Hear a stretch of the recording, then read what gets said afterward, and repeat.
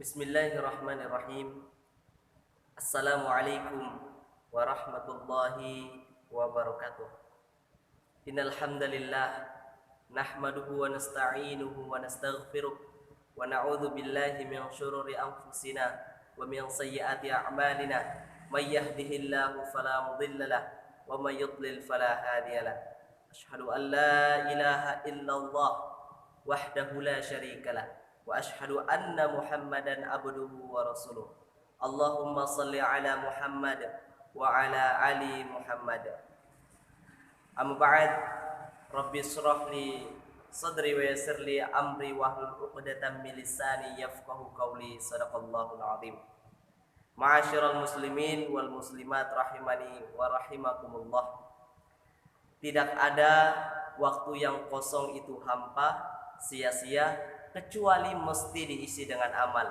Di antara amal yang ringan menggerakkan lidah adalah bersyukur alhamdulillahi rabbil alamin.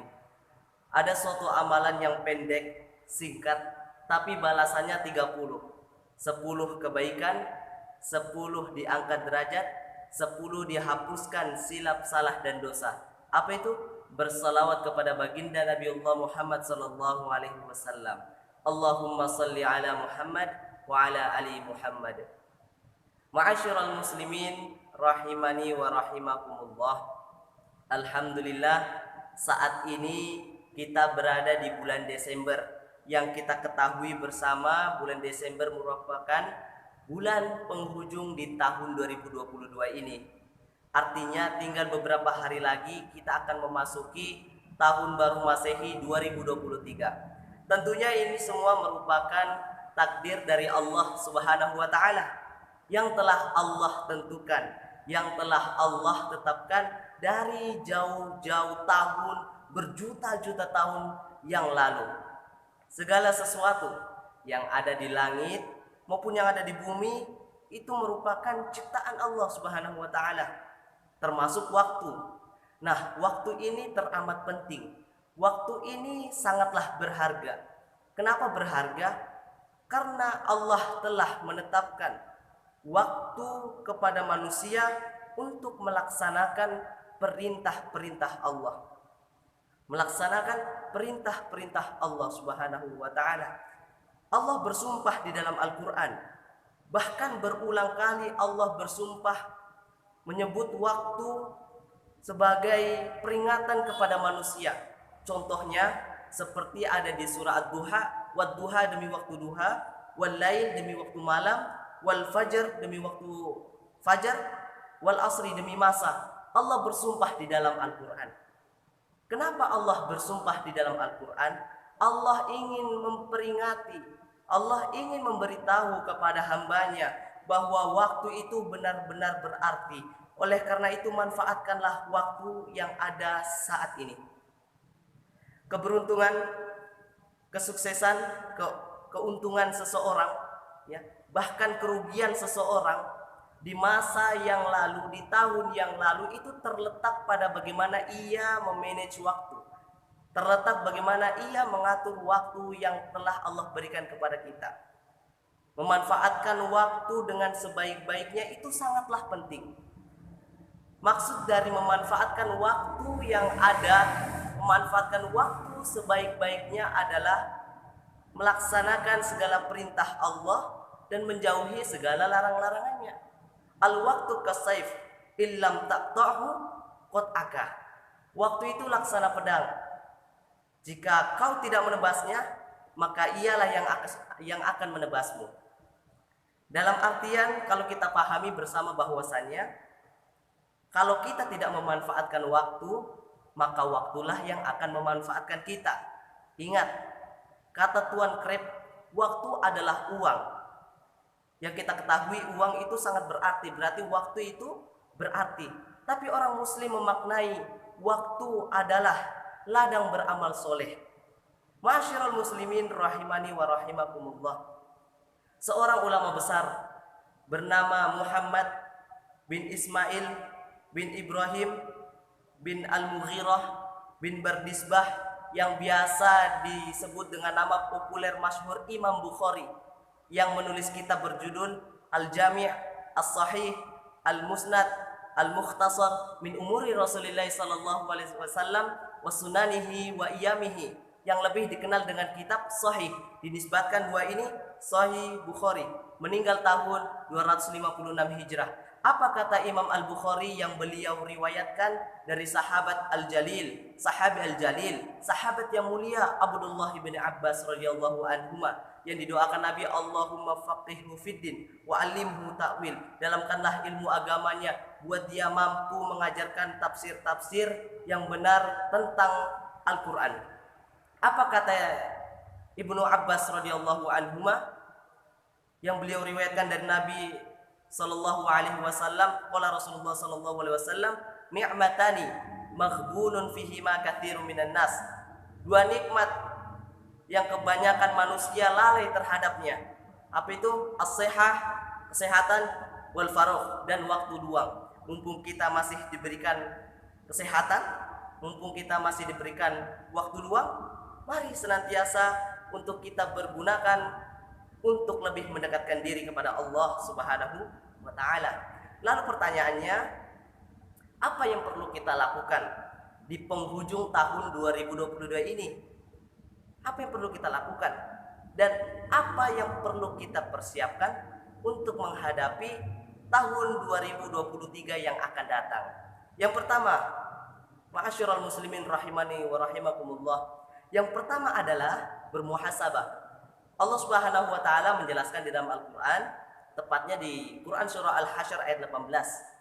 A'udzu billahi minasyaitonir rajim. Bismillahirrahmanirrahim. Ya ayyuhalladzina amanu taqullaha wal tanzur nafsum ma qaddamat lighad wattaqullaha innallaha khabirum bima ta'malun. Kata Allah, wahai orang-orang yang beriman, bertakwalah kepada Allah Subhanahu wa taala, dan hendaklah setiap diri memperhatikan apa yang telah mereka kerjakan untuk hari esok, yaitu menghadapi hari akhirat. Wattaqullah innallaha khabirum bima ta'malun, dan bertakwalah kepada Allah, sesungguhnya Allah mengetahui apa yang kalian kerjakan. Quran surah Al-Hasyr ayat 18.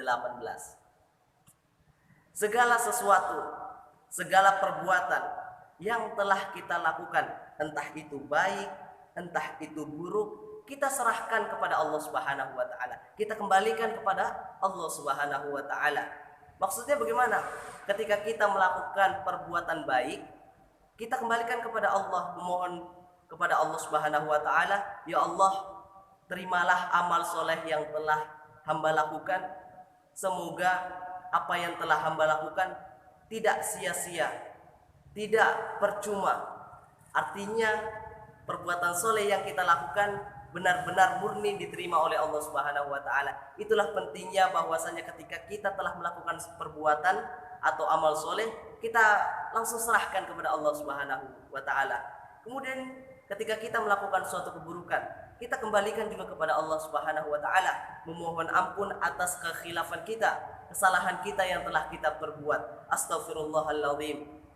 Kita senantiasa memohon ampun kepada Allah Subhanahu wa taala ketika berada di kampus, ya, di dalam kelas lagi nunggu dosen, belum dosennya datang, kita beristighfar. Astaghfirullahaladzim. Ketika di jalan, ya, berjalan kaki, beristighfar, astaghfirullahaladzim. Kemudian lagi nonton bola, astaghfirullahaladzim. Suasana boleh panas, tapi hati dan pikiran tidak boleh panas. Senantiasa mengingat Allah, astaghfirullahaladzim. Kalau mau yang lebih panjang, boleh astaghfirullahaladzim alladzi la ilaha illa huwal hayyul qayyum wa atubu ilaih. Kalau mau yang lebih panjang lagi, boleh Allahumma anta rabbi la ilaha illa anta khalaqtani wa ana 'abduka wa ana 'ala ahdika wa wa'dika mastata'tu wa a'udzu bika min syarri ma sana'tu. Abu'u laka bi ni'matika 'alayya wa abu'u bi dhanbi faghfirli fa innahu la yaghfiru dzunuba illa anta. Kita memohon ampun kepada Allah Subhanahu wa taala dimanapun kita berada, senantiasa memohon ampunkan kepada Allah Subhanahu wa taala. Masyiral muslimin rahimani wa rahimakumullah. Kemudian yang kedua adalah menjalin tali silaturahim atau mempererat tali silaturahim kita. untuk menyambut atau perbuatan yang perlu kita lakukan di penghujung tahun 2022 ini adalah senantiasa mempererat lagi hubungan kita terhadap saudara-saudara kita. Sesungguhnya kita hidup di dunia ini berada dalam 3 bingkai persaudaraan. Yang pertama, kita bersaudara karena seagama, karena sekeyakinan. Lalu bagaimana dengan orang yang non-muslim? Berarti dia bukan saudara saya dong? Tidak, dia tetap saudara kita, tapi dalam kategori nomor 2, yaitu dia tetap saudara kita karena satu NKRI. Kemudian kalau dia non-muslim, kemudian dia juga orang asing, berarti bukan saudara kita. Dia tetap saudara kita, tapi masuk dalam kategori nomor 3, yaitu dia tetap saudara kita karena sama-sama manusia, karena sama-sama makhluk hidup. 3 bingkai inilah yang perlu kita ketahui, yang perlu kita terapkan dalam kehidupan sehari-hari, sehingga tidak ada alasan lagi untuk kita memutus tali silaturahim. Dan bahkan kita ketahui bersama di tahun 2023 nantinya, itu tahun dimana panas-panasnya dunia perpolitikan. Apalagi kita akan menyambut pemilihan presiden di tahun 2024. Tentu ini akan mengalami pergesekan, bahkan melibatkan perasaan, bahkan ada yang sampai saling membenci satu sama lain. Nah, ini yang perlu kita hindari bersama. Oleh karena itu, kuatkan mulai dari sekarang tali persaudaraan kita untuk menghadapi segala rintangan yang akan kita hadapi di tahun yang akan datang. Ma'asyiral muslimin rahimani wa rahimakumullah. Kemudian yang ketiga adalah memasang target kebaikan di masa yang akan datang. Nah, ini perlu hadirin sekalian. Kita perlu menanamkan harapan di masa yang akan datang. Tentunya harapan ini kita gantungkan kepada Allah Subhanahu wa taala. Kita menginginkan kehidupan yang lebih baik ke depannya, yang ingin dipercepat jodohnya, boleh meminta kepada Allah Subhanahu wa taala. Yang sudah menikah kemudian belum dikaruniai anak, boleh meminta kepada Allah untuk dikaruniai anak yang soleh dan soleha. Kemudian buat para penuntut ilmu yang masih saat ini merasakan kegundahan, kegelisahan, ya, galau karena tugas, boleh meminta kepada Allah Subhanahu wa taala untuk diberikan ketenangan hati, pikiran dan juga jiwa kita tentunya. Dan juga jangan lupa untuk senantiasa kita meminta kepada Allah Subhanahu wa taala, meminta negeri yang baik, baldatun thayyibatun wa rabbun ghafur, yaitu meminta negeri yang baik akan sumber daya alamnya dan juga baik akan akhlak penduduknya. Ma'asyiral muslimin rahimani wa rahimakumullah.